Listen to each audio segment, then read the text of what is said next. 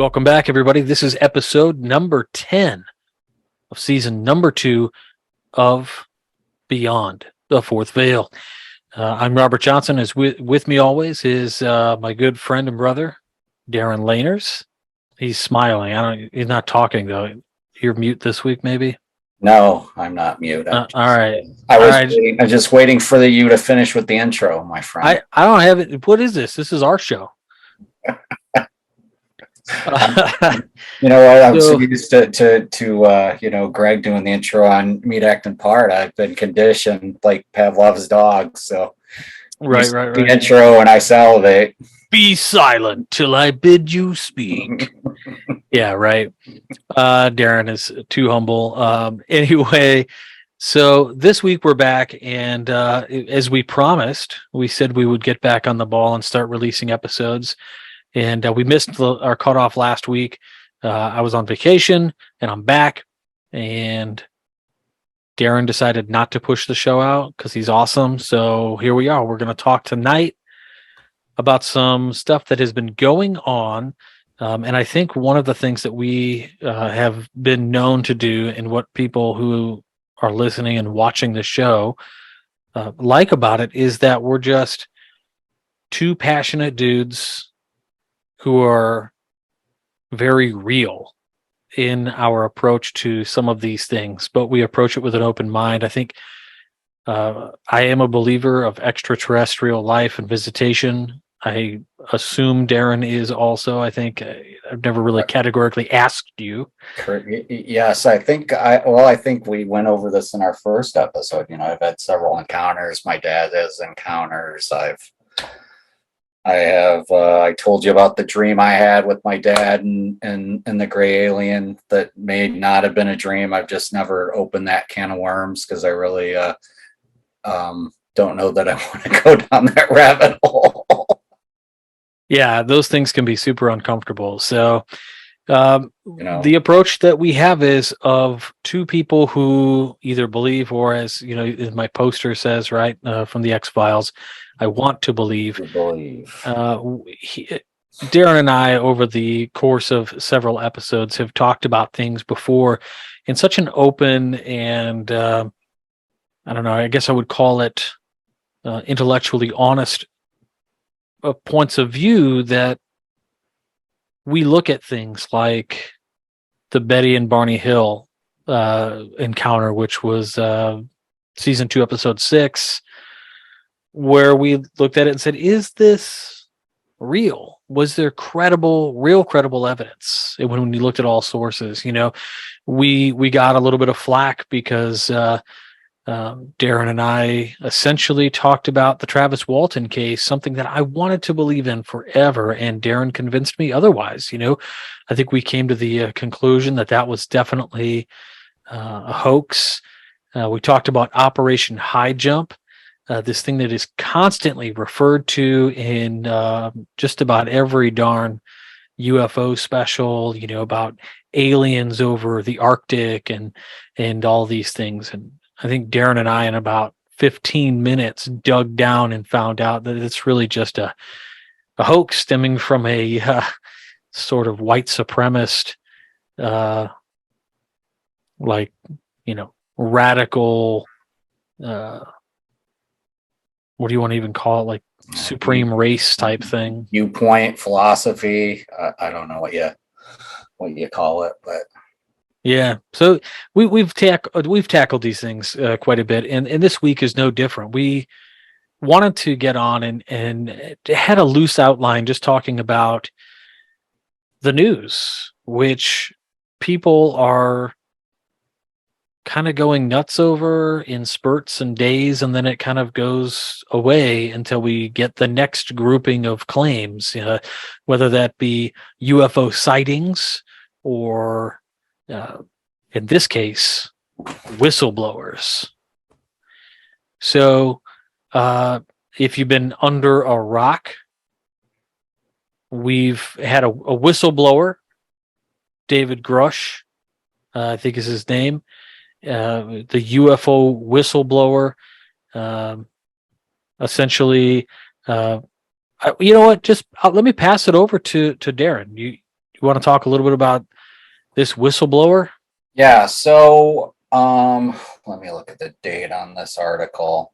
On June 5th, 2023, there was an article released to the website, debrief.org, and it's authored by Leslie Keene and Ralph Blumenthal. If you recognize those names, those are the reporters who broke the 2017 story that appeared in the New York Times regarding the Nimitz incident, and along with that, Elizondo's claims and the essentially the videos that were declassified from the Pentagon showing these objects that seem to be UAPs. So they wrote this article essentially stating that this gentleman, David Charles Grusch, 36, he's a decorated former combat officer in Afghanistan. I'm reading directly from the article here. Is a veteran of the National Geospatial Intelligence Agency, which is the NGA, and also the National Reconnaissance Office, which is the NRO. He served as Reconnaissance Office's representative to the UAP Task Force from 2019 to 2021. From late 2021 to July 2022, he was the NGA's co-lead for UAP analysis and its representative to the task force. So he would essentially have access to information regarding UAPs. He has come out and said the task force, well, in the article, task force was established to investigate what were once called, in quotes, unidentified flying objects or UFOs, and now officially are called, in quotes, unidentified anomalous phenomenon or UAP.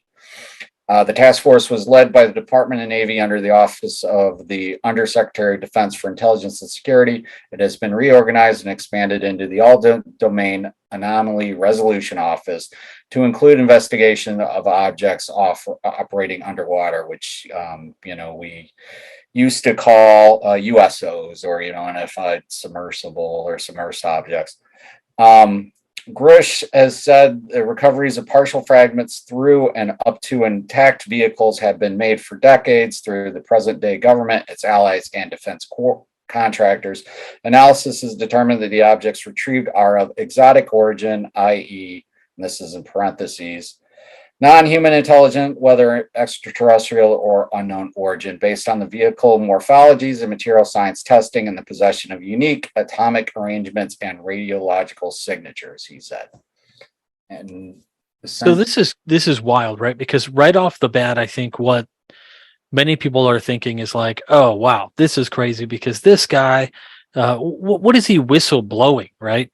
And to my understanding, the whistleblow that he's done, right, is he has filed paperwork that says there are agencies that control this information, in essence, that have not informed the proper government channels, whether like in Congress, I think. Essentially, yeah.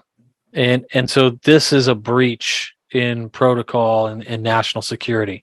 So it's interesting because had those pieces of information been brought to the appropriate people, David ostensibly just would have been fine with it, understood that these exotic vehicles and who knows what else are out there and happening, but his duty is to ensure the proper filing, the proper briefings are happening, and when they're not, this is the whistleblower part.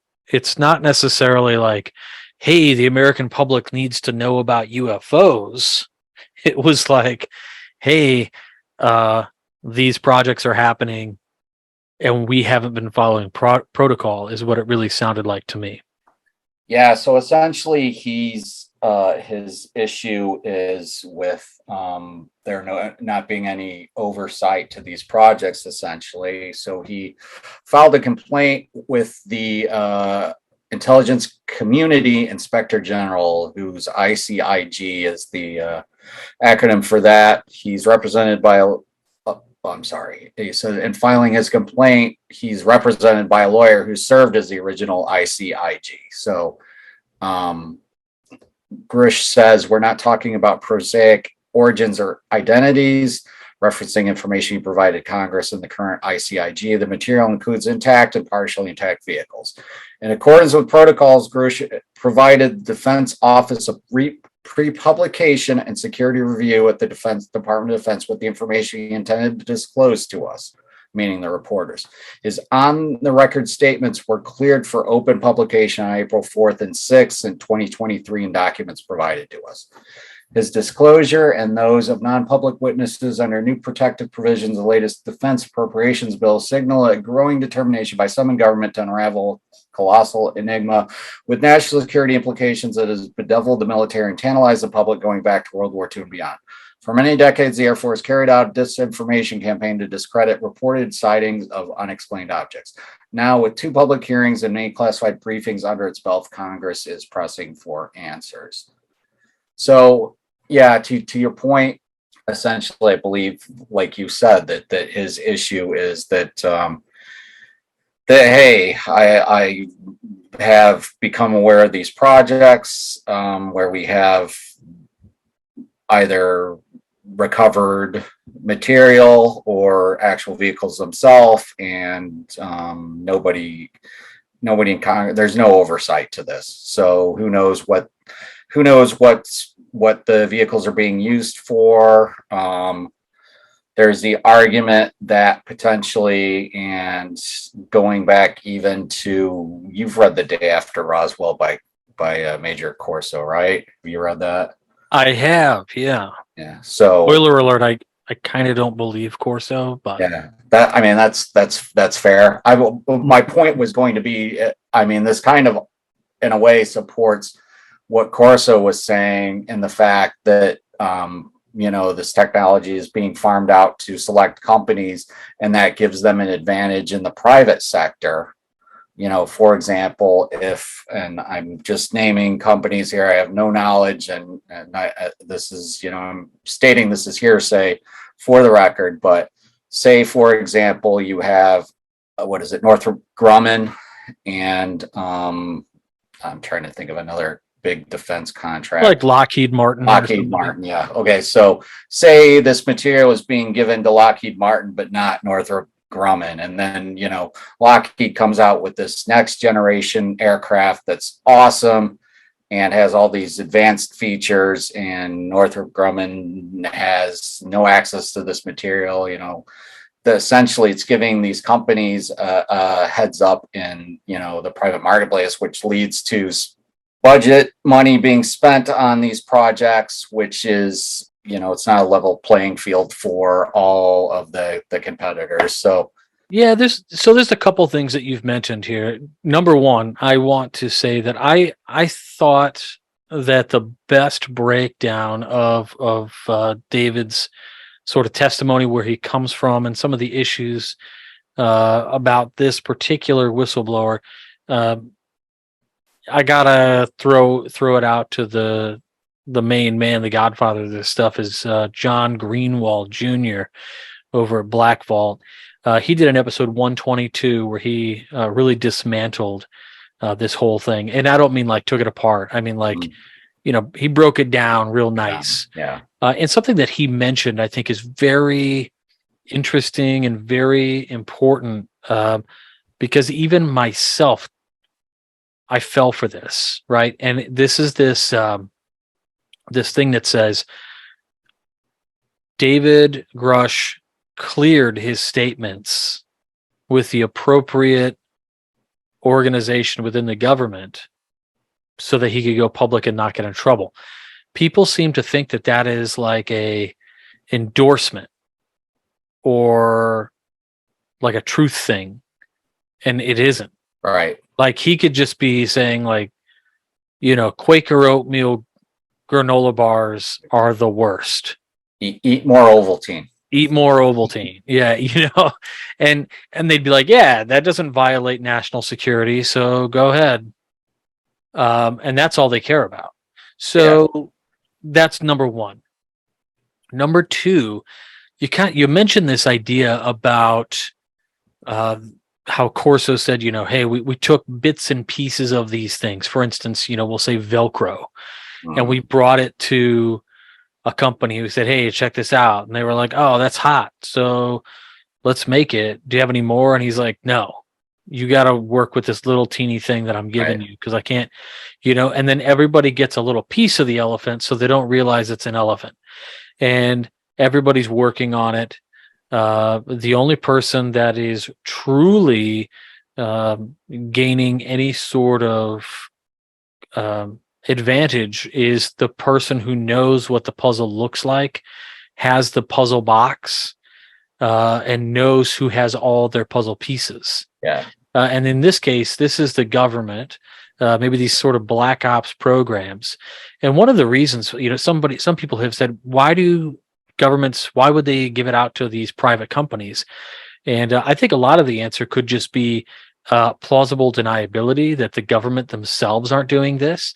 Part two of that, or the flip side of that coin, is that you can have this sort of, hey, the United States government is not breaking its quote unquote rules because we hired somebody else to do the thing that we're not allowed to do because we're the gov, but a private sector can. So I think that also seems to play an interesting part. Any thoughts on any of that, Darin? No, I would agree with all of what you just said. I would state that I think that your point, especially regarding the quote unquote clearance that he received, absolutely, he essentially was telling essentially it's not a barometer of whether or not these statements are true. It's just a barometer of if he's breaking any of his NDAs or what have you, any leaking any quote unquote classified material. But I mean, if we get down to the bottom of it, essentially all he is quote unquote kind of confirming is what we've had reports of all along with various crashes where the government or the United States government will come in and essentially clean up the crime scene, so to speak. They're essentially the Jean Reno of UFO crash retrieval, where they come in and they're the cleaner. It's the cleaner. It's the classic cleaner hitman relationship.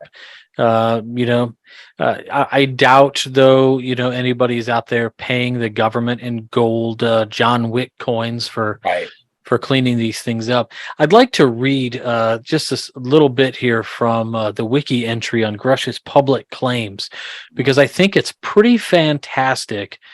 And then maybe we can talk a little bit about, I think, what you and I have our major problem with. But before we get into that, we've got a couple more examples of other sort of whistleblower statements. So it says on June 5th, 2023, independent journalists, right? We talked about Leslie Keane and Ralph Blumenthal. Interesting that they chose to do this on the debrief instead of something, like, not that the debrief is not reputable, right? But like, why not take it to Time Magazine? Right. Or why not the New York Times again? Why wouldn't they publish it after they had such success with the other article, So, according to Keene, she vetted Grusch by interviewing Carl Nell, who is a retired Army colonel, who was also on this UFO task force, and another person named Jonathan Gray, which is a pseudonym. They said they are a current U.S. intelligence officer for National Air and Space Intelligence. They said that Grusch, the whistleblower, is beyond reproach, meaning he is absolutely 100% somebody who you can trust.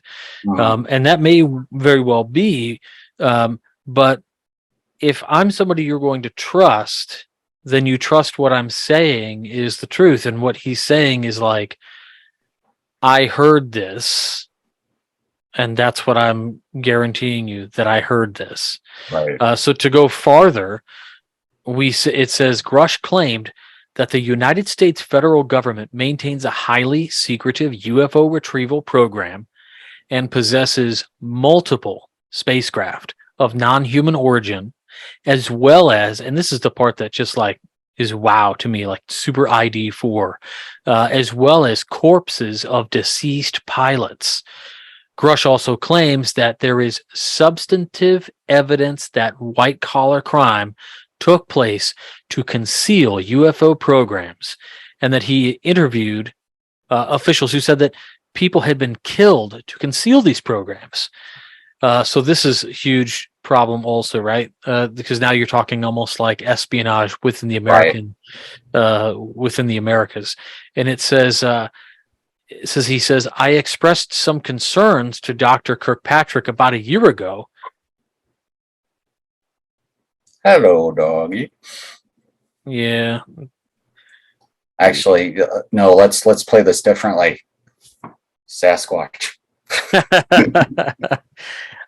So it says, speaking of the director of AARO, Grusch said, I expressed some concerns with Dr. Kirkpatrick about a year ago and told him that I was starting to uncover, or starting what I was starting to uncover. And he didn't follow up with me. And then Grusch actually, he goes on to have a subsequent interview with a French newspaper, Le Parisien, on June 7th. So just a few days later. And he said that UFOs could be coming from extra dimensions. And we're like, wow, that's crazy. And he continues by saying, from extra dimensions, that Pope Pius XII had, quote unquote, back-channeled the existence of a UFO crash in Magenta, Italy in 1933 to the United States, the remains of which were kept by Benito Mussolini's government until the U.S. Office of Strategic Operations, so the OSS, coordinated with Five Eyes, which procured it in 1944 or perhaps 1945, and that he had spoken with intelligence officials whom the U.S. military had briefed on a football field-sized craft that the U.S. government transferred some crashed UFO to a defense contractor, and that there was, quote unquote, malevolent activity by UFOs. So this is not good activity by UFOs. And so this is one part of this is concerning, but it leads us to this next thing, right? This idea of some crash in Italy. And this was weird because just a few days ago, there was an article that came out that there was this Italian researcher who shared what they called extraordinary evidence files of the world's first UFO crash 14 years before Roswell, and the secret department set up by Mussolini's government to study the craft that was later captured by U.S. forces. So it says, just the bullet points, Roberto Pinotti obtained evidence documents of the alleged June 13th, 1933 crash in northern Italy, and a secret department set up by Mussolini to study the craft. So now we can tie this back to the other article.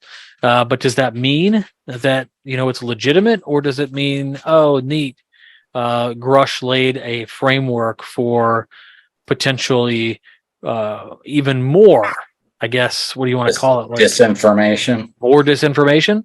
Then the second bullet point says he told dailymail.com the files were mailed to him, from a mysterious source who claimed to have inherited it from a relative who worked on the program. Yeah. So here we go, man. This is the whole fucking problem. You've got the person who worked on the program who potentially was married to somebody. That's the relative. And then they die and give it to somebody that he inherits a box of his junk. Mm-hmm. Because that would just be mixed in somebody's junk. But prior to the Mar-a-Lago incident, where they're like classified docs hanging out in bathrooms and shit, maybe this is not so far-fetched.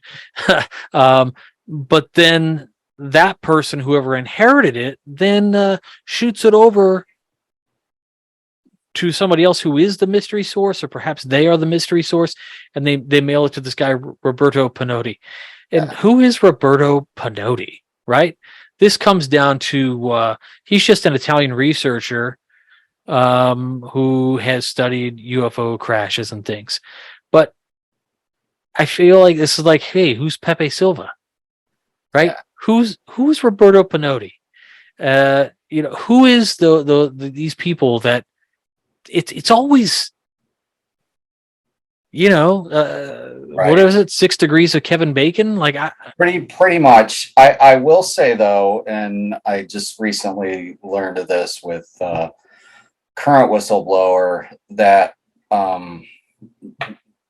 whether you like him or not, Senator Marco Rubio has come out and has backed up Grusch's statements by saying that he has also been told by various people that we have this program, or we have a program that does this.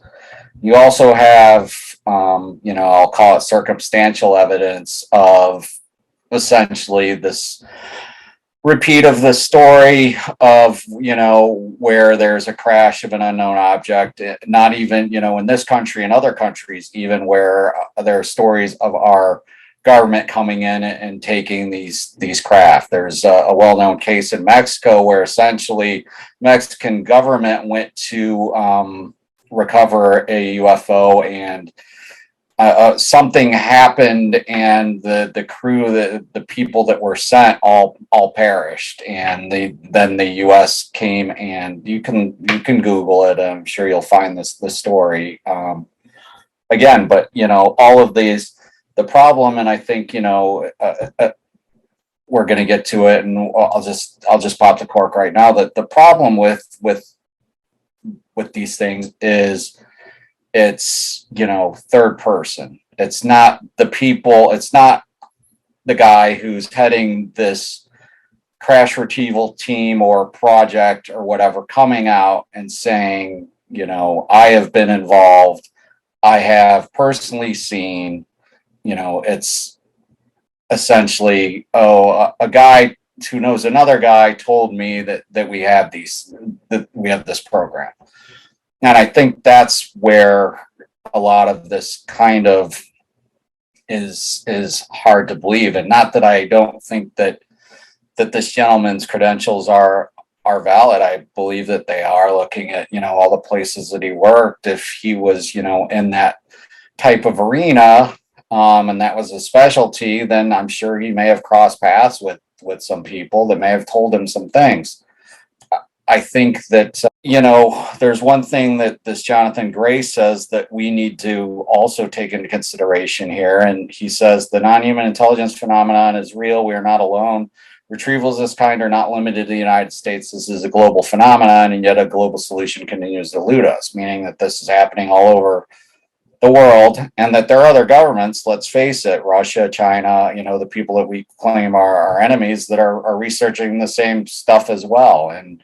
And I know China's program's pretty well documented, amazingly, that they are, studying this phenomenon. Let's face it, if something were to crash within their border or near their border, they're probably going in to try to get it before we get there. So, because at the end of the day, I can't but help wonder about, let's do the thing, and let's follow the money here. So let's think about, what is the end game here? So is the end game, and I also hate to say this, but we're dealing with, in both cases, where you have Mr. Elizondo and now Mr. Grusch coming out.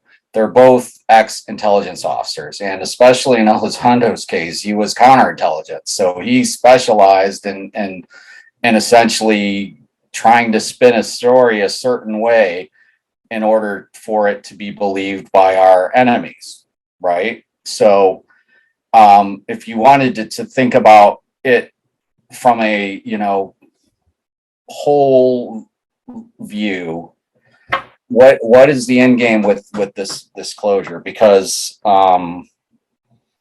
as much as I, as your poster says, I want to believe, you want to believe, and I believe this is happening. I believe that what Grusch is saying is essentially probably accurate to some extent, just because you have eyewitnesses stating that they've seen, Americans coming to get things that have crashed in, the Varginha incident. I believe the Brazilians ended up turning that stuff over to the United States, or we paid them for it, which is probably what's happening. The Mexico incident, Kecksburg, you have, even before Roswell, you have this idea of a crash at Cape Girardeau, Missouri. So you have, retrieval of craft and or pilots. I mean, going back to the turn of the century, you had these stories of these airships, and you had occasionally these airships would crash. And there's the case in Texas, right? With the yes. They buried the pilot, quote the unquote. pilot, Yeah, and they would not say where they buried it, buried him. because they said that out of respect for the pilot or whatever. It was very sweet. And even in these neck of the woods, there's an article from our local newspaper, the News Gazette, that's back to the late 1800s. I'll have to try to find it for you, RJ. It's pretty interesting, where this guy essentially had an airship crash on his property and said that the pilot looked oriental to him. Well, if you are not, if you were to find a small little gray alien that, was shriveled up next to a crash of something, I think that's probably, if you're going to try to put a race to it, that might be the race that you identify with, given the shape of the eyes and that. I don't mean to be stereotypical or racist here. I hope I'm not coming off that way. I'm just stating matter of factly at that time, this idea of these. These are largely what we would consider somewhat uncultured individuals, right, living in the United States at a time when books are published, really playing on the stereotypical imagery, over exaggerated imagery of different cultures and societies. So very well could have been something that he thought of, he saw in some drawing in a magazine, and he said, hey, that looks somewhat oriental to me. Totally plausible. So I have to maintain a healthy dose of skepticism here, just because of these individuals that are doing this whistleblowing, coming from a defense background or intelligence background, or in both these cases of Elizondo and David Grusch, and even Christopher Mellon was undersecretary Deputy Assistant Secretary of Defense for Intelligence. So what is the end game, that they truly are concerned regarding this being a national security threat? Absolutely, I'm sure that's part of it, but there also has to be an idea of what's the end game here. So, because it feels to me like a little bit of a long game money haul, specials, books, and the thing that is problematic for me, I think, the thing that I'll say stinks so bad it'll knock a buzzard off a shit cart, right, is this program is not 30 million, not 28 million. It was like $22 million or something. Like, it was like nothing. And yet we've got so much happening with all of these players who have been coming out. We've got verifiable pay stubs and paychecks, and there's a policy, which I think you really started with Oppenheimer, which was, if you can't disprove it, ignore them. Happening with these guys like Grusch, these guys like Elizondo, these guys, Mellon, all of these people. I mean, you could put, you can put the tacks in the wall and start, running red thread and pulling and connecting them all, because it's like ultimately these are like a bunch of dudes who said, hey man, when we're all done with this, let's get together and start our own company. But instead of a company, it's spinning these stories, these tales. And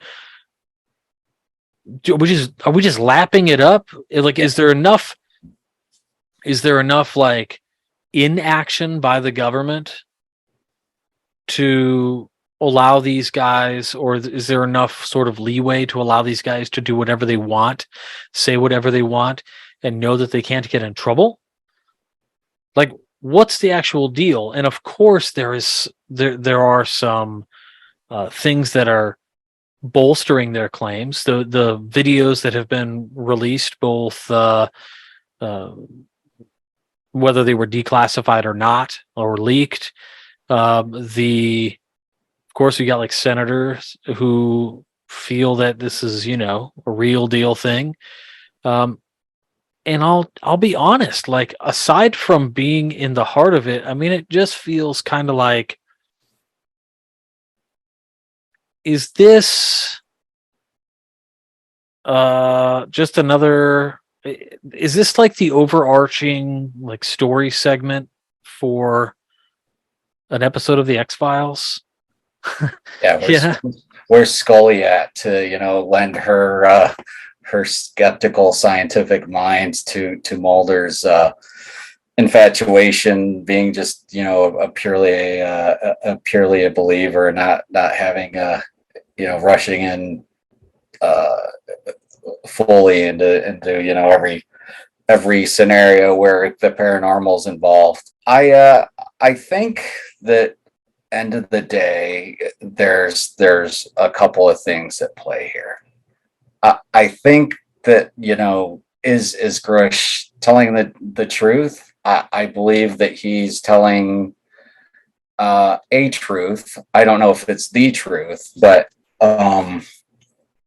I have to wonder again, what's the end game here? Because end of the day, if the government were to come out officially and disclose, okay, let's just say we wake up tomorrow, and we wake up to headlines that, U.S. government discloses the existence of extraterrestrials. They've been visiting us for X amount of years.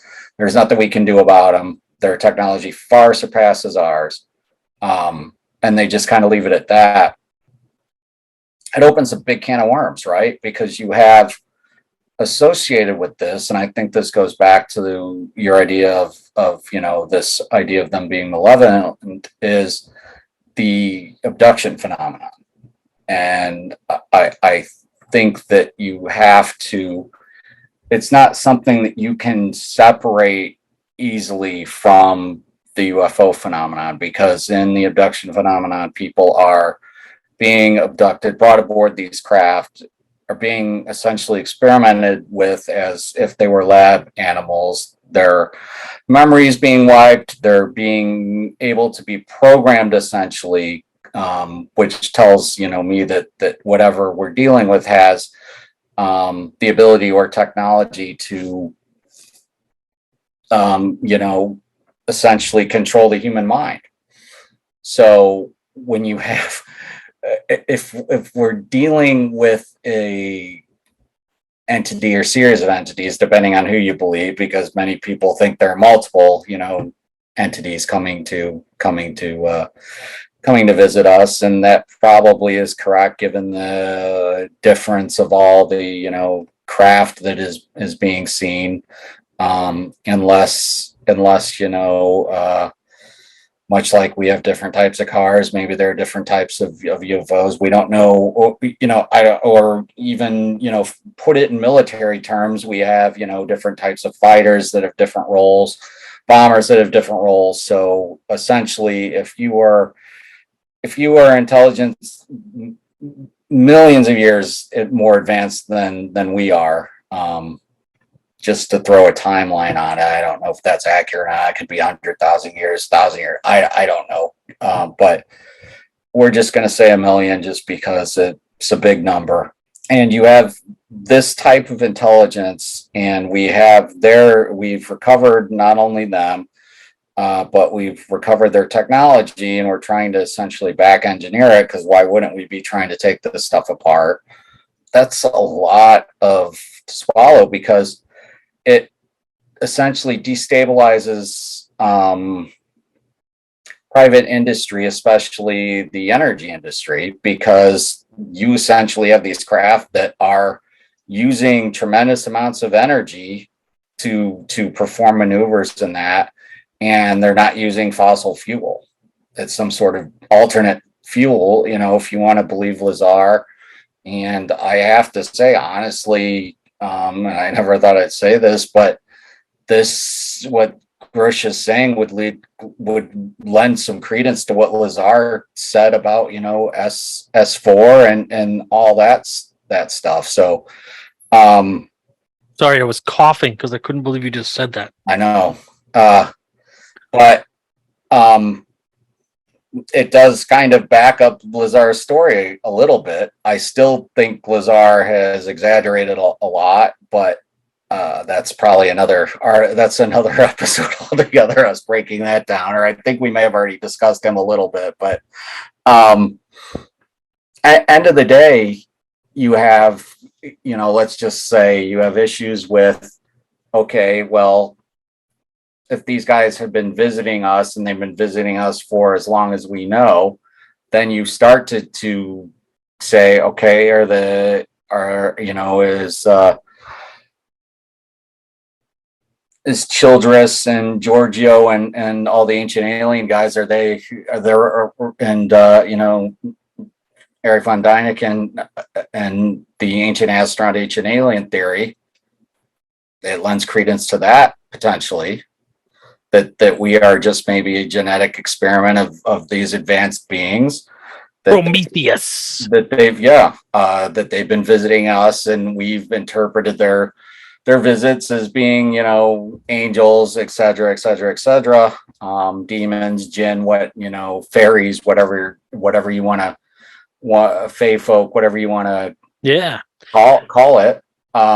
You have the issue with the energy, you have the issue with, do our religious structures collapse because of this? I mean, the Vatican got ahead of this years ago, right? And they came out and said essentially that we accept that there could be extraterrestrial life, and the Pope said the proven existence of an extraterrestrial life doesn't make God smaller. Right. Yeah. It makes him bigger. Yeah. That's what he said.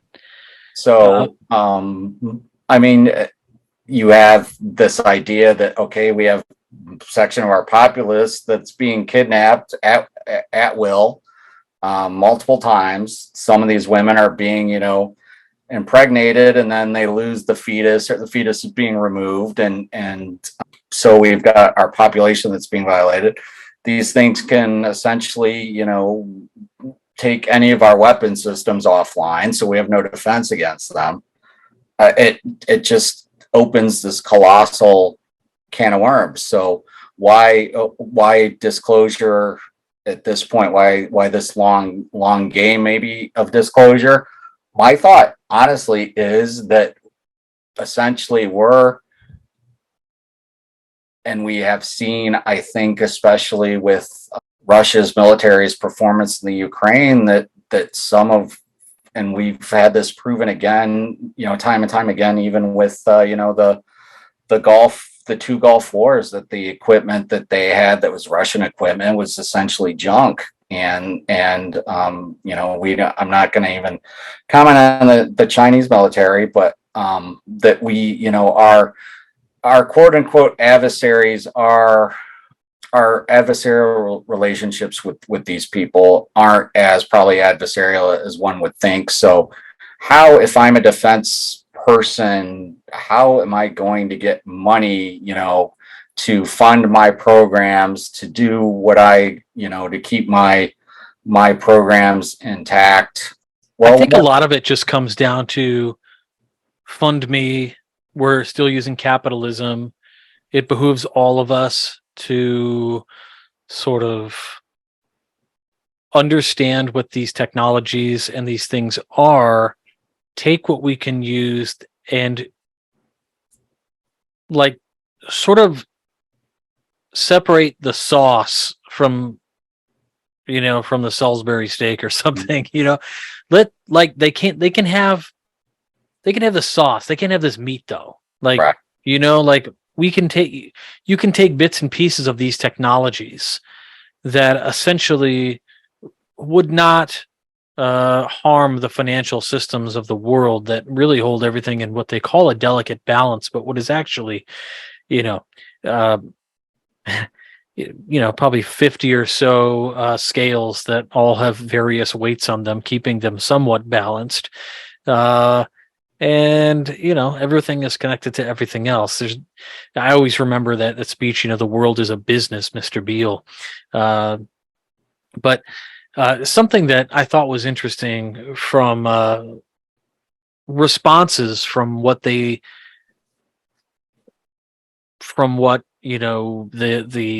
experts would say about David Grusch's testimony, and it made me think about this quote from an article a long time ago. I think you and I were prepping for a show on ghosts, and I had read this article from the Atlantic called "The Broken Technology of Ghost Hunting." Mm-hmm. My search query was like, "Tell me how like a spirit box can be faked." Right. Because in my mind, like I'm a smart person. I just don't see it unless you're going to tell me like stuff is pre-recorded or whatever, and it randomly comes out. That's really the only way to know. But the lead part of this article says the best tools for tracking down spirits have always been the ones fallible enough to find something. Right. And I always looked at that and I was like, man, isn't that always the case? Mm-hmm. And when I read the response from Joshua Semter, he's a UAP, it's from NASA. They have an independent UAP study team. And he said, without data or material evidence, we are at an impasse on evaluating these claims. Right. And he said, in the long history of claims of extraterrestrial visitors, it is this level of specificity that always seems to be missing. And then Adam Frank, a professor of astrophysics at the University of Rochester, published his critique on Grusch's claims on June 22nd this year for Big Think. And he said, Frank writes that he, quote, does not find these claims exciting at all because they all are just hearsay. And this is the problem you were alluding to earlier, Darin. Right. He says where a guy says he knows a guy who knows another guy who heard it from a guy that the government has alien spaceships. Yeah. And this is like, I want to believe so bad. Right. But when it's this chain of hearsay, I'm just like, call me later, buddy. I mean, at least Elizondo had the videos and had was able to get through all that, get the pilots to come out and talk about their encounter with the Tic Tac, and you have two credible pilots, one male, one female, who came out. You have Ryan Graves, Yep. who's come out. So you have pilots that are saying, yeah, we're seeing these things in the sky. I think something else that's problematic, and this is just me, and you can call me being political or whatever. This isn't, it's not a politics show, but I'll get political here and say that it's really interesting to me that in this day and age where we've got a Congress who's debating things like the effectiveness of vaccines and things, right, and throwing up pseudoscience in the face of actual scientific evidence of things, where can we even find a middle ground? Is it worth a middle ground? Is a middle ground even worth anything if the people who believe in those things are the people asking the hard-hitting questions of the scientific community, or the people that might be believing in Grusch? Do the people who would say be anti-vax, who might believe in Grusch, does that lend to his credibility or not? Right? Like, to me, I go, shit, man, I mean, if people like Marjorie Taylor Greene are, believe in this guy, that might not be a great Right. look for me to be Yeah. on that too, right? And Right. so then we've got all these people in Congress that are probably seeing the same thing, not because they won't want to look like an idiot like me. I have no vested interest in that, but those people have to get reelected. Yeah. And if you're going to come out and say, like, I guess if you're Marco Rubio, you just got reelected or whatever. So he's a senator, I believe. So he's got what, 6 years, a 6-year term. So he's like, fuck it. I can spin it. I can spin it later if somebody comes at me. But, yeah, I mean, to your point, essentially, we, once again, not to get political, but you're absolutely correct. If you have some of these fringe elements come out in support of this whistleblower or backing this whistleblower, does it actually lend any credence to him because of previous claims or things that they've said? I mean, it's a lot to take in, and once again, I kind of agree that this is, hearsay, and it's just essentially, if I were, it would, what Grusch has essentially done, what he's done here is essentially anybody who is familiar with UAPs, and I'm guessing if he studied the phenomenon, then he also probably studied a lot of the research on the phenomenon. And a lot of the research also is going to point to this idea of some hidden government cabal that's coming and claiming these crafts. So did he, I guess the question essentially is, and we'll never know the answer to it, is did David get, was he told these things, or did he read these things and maybe jumped to his own conclusions and decided to come because out? that's the other thing. David didn't see anything. Right. That's the problem here. He didn't see, This is totally indirect. and I mean, quite frankly, even if he were to say, look, I've seen these things without any data, without any proof, I'm sorry, and once again, I'll go back to Lou. At least Lou had proof, and maybe John will be able to pull more documents so we can get to the bottom of this. But I know even John had some issues with Lou's role, or what Lou claimed his role was with the UP program at the Pentagon. Yeah, John gets down to the nitty gritty. I really appreciate him for that. I would say that what's interesting too is, like, you watch these interviews with David Grusch, and you look at him, and he's like with almost a like he just took like a huge line of cocaine or something, right? And they're like, "So what's out there?" And he's like, "We have bodies." Mm-hmm. Like super wide eyed. They're like, "Are you serious?" He's like, "Yep." Yeah. I'm like, my guy, you are super intense with this. And it's hard to say, like, he believes it. Yeah, I think I mean, absolutely. I believe he absolutely believes what he's saying. I'm not doubting that As it, and credibility. What I'm doubting, what I have issue with, is that you're making these, this outrageous claim. Well, it requires substantial evidence, and yeah, right.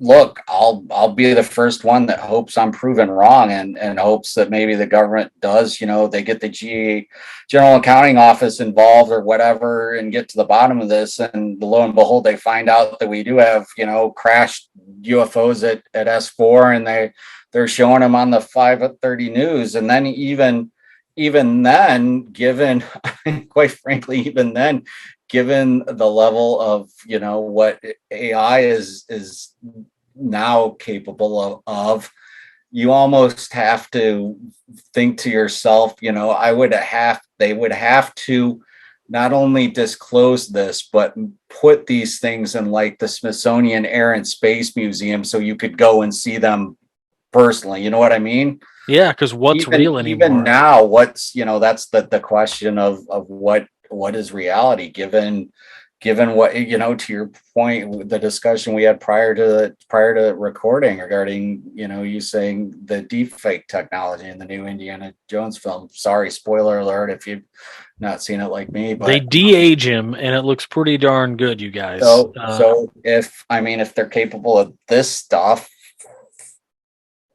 I don't even know that you can believe a news program where they show you somebody pans a camera and you see that stuff. And that's unfortunate that we are at a position in our lives where that's the case. But Well, now they're talking about, government and facilities and things that are dealing with anything AI created, AI that creates AI, and so on and so forth. Is um, they're having to write code in that uniquely identifies something as artificially made.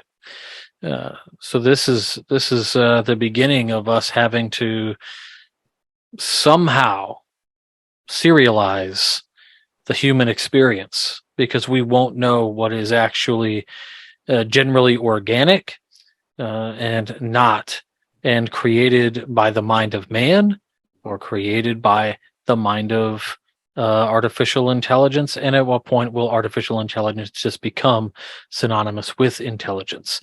Uh, our kids are gonna, my kids will see, I have no doubt, the civil rights movement of the AI world. Um, but this is how reality is going. I mean, yeah, it's moving, and we don't know. I mean, there are. I mean, what was it? Just 6 weeks ago, we had the Pope inside of a sport coat, kind of like a big puffy coat, and everybody thought it was real. It was AI driven image. mhm. So who the heck knows anymore? It's gotten to a point where the only way you know it's real is if you're in the same room having the conversation face to face and you're putting hands on material, you know. But I gotta say, man, I think this was a good conversation to have. I think people out there are going to appreciate this. And if you don't have anything else, I would pass it over to you for the final word. No, I think the final word is, extraordinary claims require extraordinary evidence. And in this particular case, even though I truly believe that Mr. Grusch 100% believes what he's saying and has had, I don't think he's lying. I bet he has had people tell him that there is a program, and the circumstantial evidence points to there being a program of this nature. Unfortunately, until to quote a line from the 90s that got really big pretty fast, show me the money, right? So Jerry Maguire, show me the UFO, show me the bodies, roll them out, and then we can have a serious conversation of what this means for humanity and where we go forward from this. And I have no doubts that there are presidents that are told certain information and others that are not told information or given limited information based upon, I guess, their ability to keep their mouths shut, I guess, for lack of a better term. I 100% believe, with all the stuff that Reagan said, that he had some knowledge of that he knew in the 80s that there were, what he thought at that time, extraterrestrials visiting us, because I don't even think that the thought of interdimensional travel. And I mean, here's something that blows your mind. What if it's both? What if there are ET civilizations visiting us? What if these ETs got so advanced that they were able to break, not only the have the ability to travel faster than light, but essentially they were able, in doing so, figured out how to fold a dimension to be in one place and then fold the dimension to appear in another place, and that's how they travel dimensionally. So again, though, I think that the idea that if these things are malevolent, if they do not have our best interests at heart, what do we do? Because essentially right now there's not much we can do, right? I mean, these things can outfly us. They can shut our weapons down again. So, I mean, it's not like we're going to do an Independence Day on them and Bill Pullman's going to give the speech. That's never going to happen because it's just so outside the realm of possibility. We would not be able to even get anywhere close to these things before they essentially disable us and our planes just fall out of the sky, It is interesting, right? Like the most plausible sort of invasion story is still H.G. Wells. But right. I failed to think catch COVID and because they're not vaccinated. Yeah, they're not vaccinated. They didn't get the COVID vaccine. They took the ivermectin or whatever it was instead, then died. I have to agree with you, Darin. I think you and I agree a lot of the time. We have some healthy debate. We bring up a lot of different points. I think we try to avoid the echo chamber by being aware of the echo chamber. I hope everybody out there enjoyed this episode. If you've got some cool points to share with us, or you disagree, or you want to tell us to go to heck or whatever, please do so in the comments. I will publish them. We do hold some for review, just so that nobody's being irate. But look forward to interacting with you all on the channel. And yeah, until the next crazy episode of Beyond the Fourth Veil, I'm Robert Johnson. I'm Darin Laners. Talk to you all later.